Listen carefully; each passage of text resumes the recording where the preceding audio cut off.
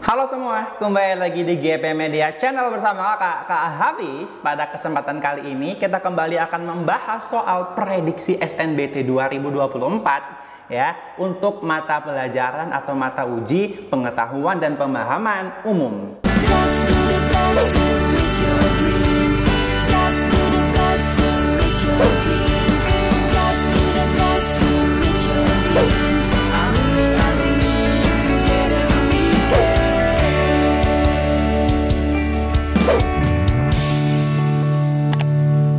Kapan lagi kamu bisa ikutan tryout UTBK gratis di GP Media? Kalau bukan sekarang, ikuti syaratnya dan kirim bukti screenshot di gpmedia.id ya, jangan sampai ketinggalan. Buat kalian yang lagi cari tryout SNBT dan ujian mandiri untuk masuk PTN, kita punya solusinya. GEP Media menyediakan tryout SNBT dan ujian mandiri untuk beberapa PTN ternama di Indonesia. Mulai dari harga 10.000, kalian sudah dapat ribuan soal prediksi, video pembahasan, dan ada kelas online juga loh. Yuk daftar sekarang!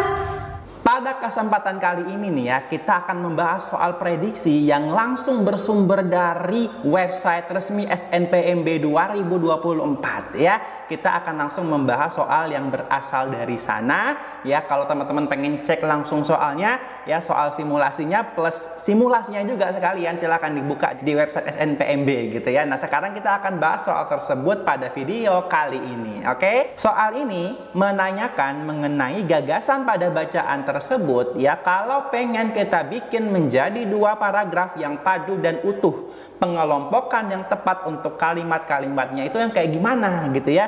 Nah, sekarang coba kita cek ya dari kalimat satu. Teman-teman bisa cek aja nih, kalau nggak teman-teman cek dari topiknya, jadi tiap paragraf tuh hendaknya memiliki topik yang berbeda gitu ya. Tapi kalau nggak dari topik, teman-teman juga bisa cek dari sambung menyambungnya ya. Kalau dia masih tersambung, itu dia nggak boleh dipisah menjadi paragraf yang berbeda. Coba kita baca nih, contohnya langsung aja ya. Kacang merah memiliki kandungan gizi yang sangat baik dan menguntungkan bagi kesehatan tubuh manusia jika diolah secara benar. Oke, dia ngebahas nih, kita tahu nih dia membahas mengenai kacang merah nih ya, yang memiliki kandungan gizi yang baik ya. Kacang merah kering merupakan sumber folasin. Oke, dia menjelaskan mengenai kandungannya kan. Dari kalimat 1, 2 ini kan harus sambung ya, harus menyambung ya, karena nggak mungkin kalimat 1 dan 2 terpisah gitu ya. Masa satu paragraf cuma satu kalimat, kan nggak boleh ya. Maka seenggaknya kalimat 1 dan 2 tuh kita bisa pastikan dia pasti nyambung. Nggak mungkin dia terpisah antara kalimat 1 dan 2 gitu ya.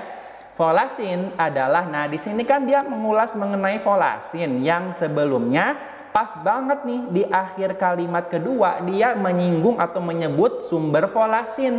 Kalimat ketiga menjelaskan folasin itu apa. Berarti kalimat 3 ini juga tidak terpisahkan oleh kalimat kedua karena konteksnya masih nyambung gitu ya. Folasin adalah zat gizi esensial yang mampu mengurangi risiko kerusakan pada pembuluh darah. Oke ya, 1 sampai 3 itu nyambung ya. Kita bisa katakan seperti itu ya. Nah, kemudian di kalimat keempat, kacang merah memiliki kemampuan untuk mengurangi kerusakan pembuluh darah, menurunkan kadar kolesterol dalam darah, berkurangnya konsentrasi gula darah, dan menurunkan risiko kanker usus. Oke, dia menjelaskan mengenai khasiat ya. Khasiat dari kacang merah atau manfaat dari kacang merah kepada tubuh. Nah, ini juga masih nyambung ya di kalimat sebelumnya. Kalau kita baca di sini kan terakhir dia menjelaskan mengenai folasin ya, yang dia bisa mengurangi risiko kerusakan pada pembuluh darah gitu kan. Nah, ini kan dia menjelaskan nih risiko kerusakan pada pembuluh darah. Kemudian di kalimat keempat,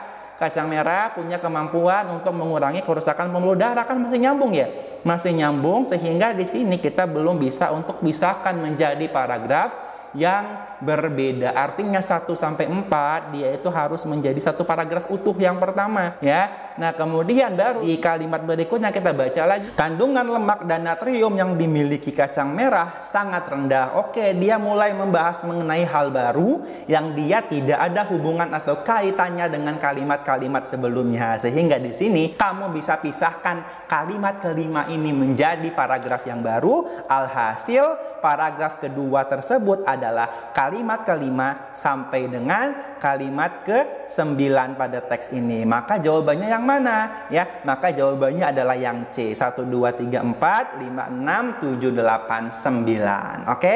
Soal berikutnya, kalimat yang tidak logis dalam bacaan tersebut adalah kalimat, coba kita baca dari kalimat opsi A yang satu ya. Kacang merah memiliki kandungan gizi yang sangat baik dan menguntungkan bagi kesehatan tubuh manusia jika diolah secara benar. Tidak ada masalah, strukturnya oke, penggunaan bahasanya pun tidak masalah ya, logis semua ya. Kalimat satu ini dia aman ya, dia logis gitu ya. Yang kalimat 3 opsi yang B. Folasin adalah zat gizi esensial yang mampu mengurangi risiko kerusakan pada pembuluh darah. Tidak ada masalah juga. Ya, yang C kalimat kelima, kandungan lemak dan natrium yang dimiliki kacang tanah sangat rendah, nyaris bebas lemak jenuh dan kolesterol. Oke ya, kalimat kelima juga tidak ada masalah ya, strukturnya subjek predikatnya ada gitu ya, kemudian maknanya juga bagus gitu ya, tidak mengandung sesuatu kalimat atau penggunaan bahasa yang tidak logis, aman semua. Nah, coba kita lanjut ke opsi yang D, kalimat ketujuh. Dalam 100 gram kacang merah kering dapat menghasilkan 4 gram serat. Nah, ini nih problemnya adalah, masalahnya itu adalah di kata dalam ini. Dalam itu ya, kalau kamu menggunakan kata dalam itu berarti kamu lagi menunjukkan suatu fungsi keterangan. Nah, keterangan itu nggak bisa kamu taruh di awal kalimat kalau bukan ada anak kalimat. Nah, kita baca nih kalimat ketujuh, tidak ada tanda-tanda yang mengindikasikan keberadaan anak kalimat. Apa tandanya, Kak? Biasanya ada tanda koma di awal. Dalam 100 gram kacang merah kering dapat, langsung dia merah kering dapat menghasilkan 4 gram serat yang terdiri dari serat larut air dan serat yang tidak larut air. Tidak ada anak kalimat dan dia menggunakan kata dalam di awal kalimat, itu tidak diperbolehkan ya.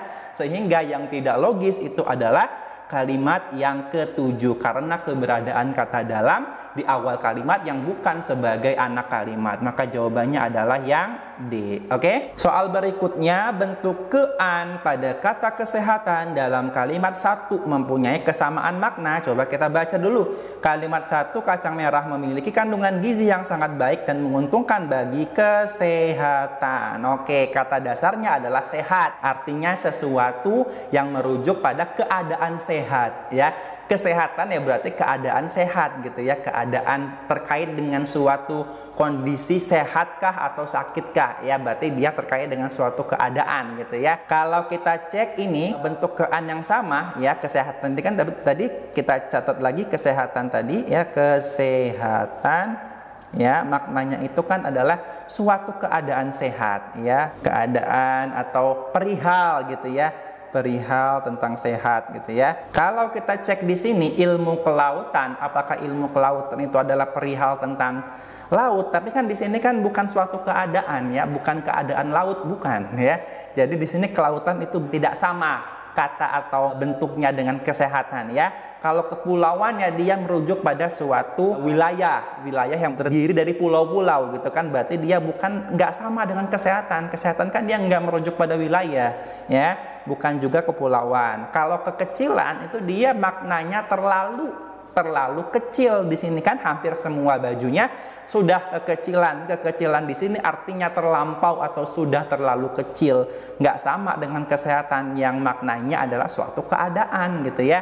Nah, yang D, pertemuan rutin bulan ini dilaksanakan di kediaman ya. Kediaman lagi-lagi maknanya adalah suatu tempat, sementara kesehatan bukan suatu tempat ya.